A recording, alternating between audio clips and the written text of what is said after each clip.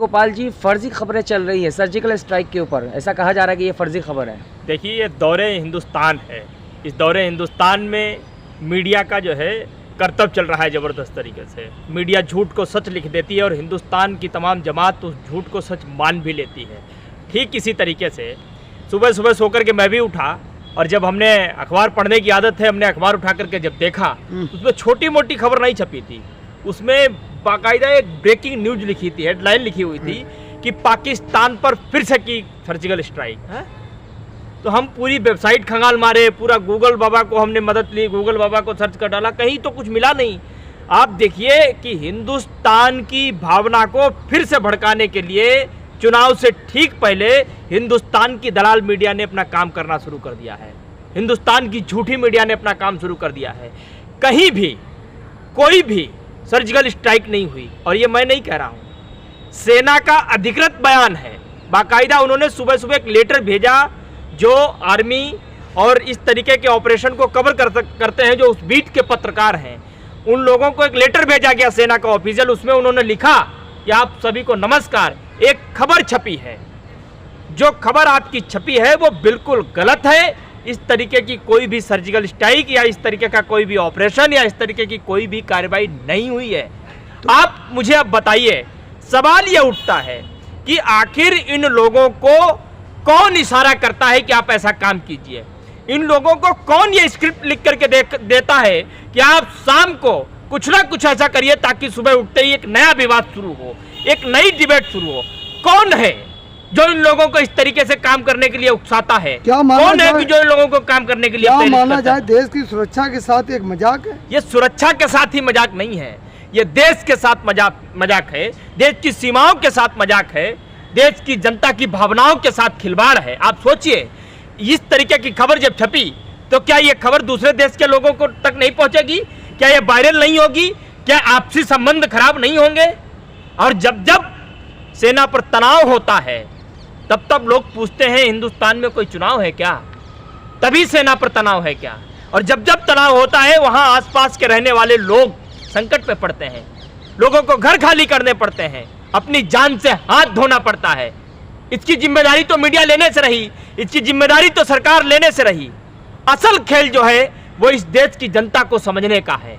आप सोचिए कि आज की जो खबर अखबार में छपी है वो खबर इस बात का सबूत दे रही है कि बीते 9 सालों में भाजपा के शासनकाल में नरेंद्र मोदी के नेतृत्व में जितनी भी अखबार, जितनी भी खबरें प्रकाशित हुई हैं, उसमें किस हद तक झूठ होगा, इस एक खबर से अंदाजा लगा सकते हैं। गोपाल जी, देश की तमाम आवाम टीवी और अखबार पर भरोसा करती है, तो इस तरह की खबरें होंगी तो उनका भरोसा उठ जाएगा। भरोसा तो उठा हुआ है लोगों का। आज पूरा हिंदुस्तान नरेंद्र मोदी से ऊब गया है पूरी तरीके से।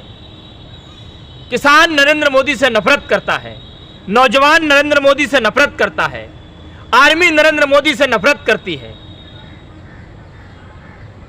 हर वर्ग धीरे धीरे करके नरेंद्र मोदी से नफरत करने लग गया है, क्योंकि वो जानता है कि तुम उनके साथ नहीं खड़े हो, तुम सिर्फ उनकी भावनाओं के साथ खिलवाड़ करते हो, अपने वोट बैंक की राजनीति को साधते हो और चुनाव कैसे जीता जाए सिर्फ इस बात पर आप ध्यान देते हो।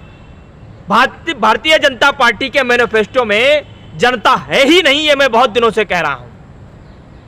जनता नहीं है उनके मैनिफेस्टो में। उनके मैनिफेस्टो में अंबानी हैं, उनके मैनिफेस्टो में अडानी हैं, उनके मैनिफेस्टो में नफरत है, उनके मैनिफेस्टो में हिंदू मुसलमान हैं, उनके मैनिफेस्टो में मंदिर मस्जिद है, उनके मैनिफेस्टो में चुनाव है, लेकिन जनता नहीं है उनके मैनिफेस्टो में।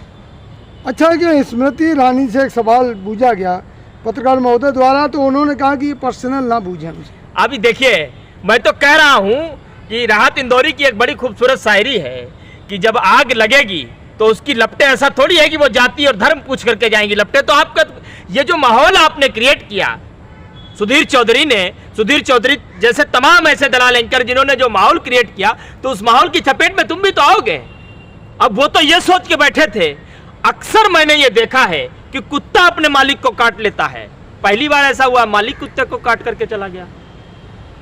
आप सोचिए क्या सवाल पूछा था सुधीर चौधरी ने, टमाटर को ही लेकर के तो पूछा था।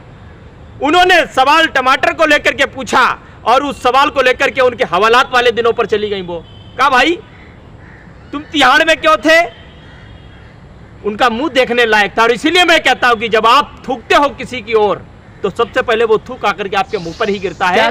और आज स्मृति ईरानी वहां जिस तरीके से बरगला करके, पहली बार सुधीर चौधरी ने सवाल सही पूछा था, आगे कोशिश भी की लेकिन वो डर गए। मैं आपको यह बता रहा हूं कि प्रधानमंत्री मोदी के सबसे बड़े मंत्री के मंत्रालय में महज 5 सालों में 144 करोड़ रुपए का घोटाला हुआ है। और वो मंत्रालय जानते हो किसका है? स्मृति ईरानी का, जो अब विस्मृति ईरानी हो चुकी हैं।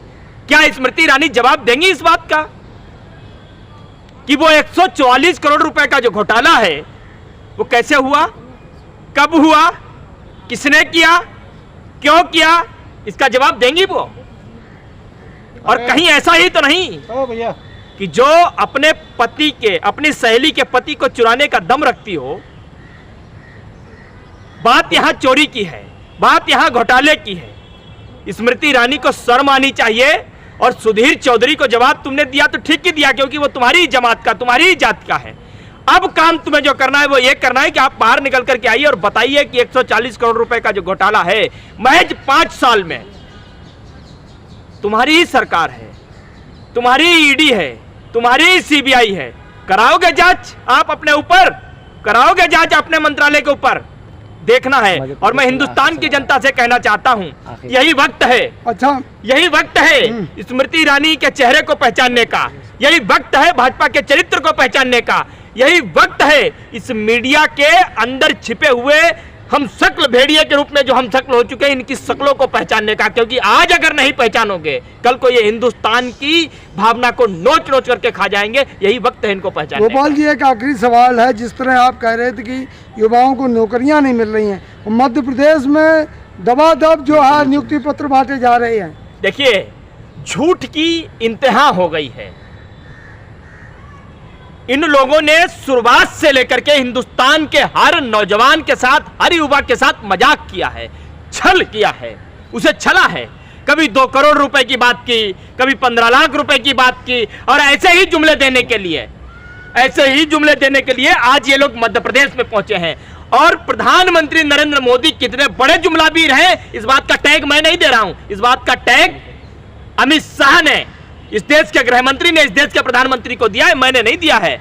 तो जो अपने प्रधानमंत्री को जुमलाबीर का, सबसे बड़े जुमलाबीर का टैग दे सकता है, वो कितना बड़ा जुमलाबीर हो सकता है, यह मध्य प्रदेश की जनता देख रही है। और आने वाले वक्त में ऐसे जुमलाबीरों को खदेड़ने का काम करेंगे। और इसीलिए मैं कहता हूं कि बहुत हुई जुमलों की मार, बदल दो 2024 में यह सरकार।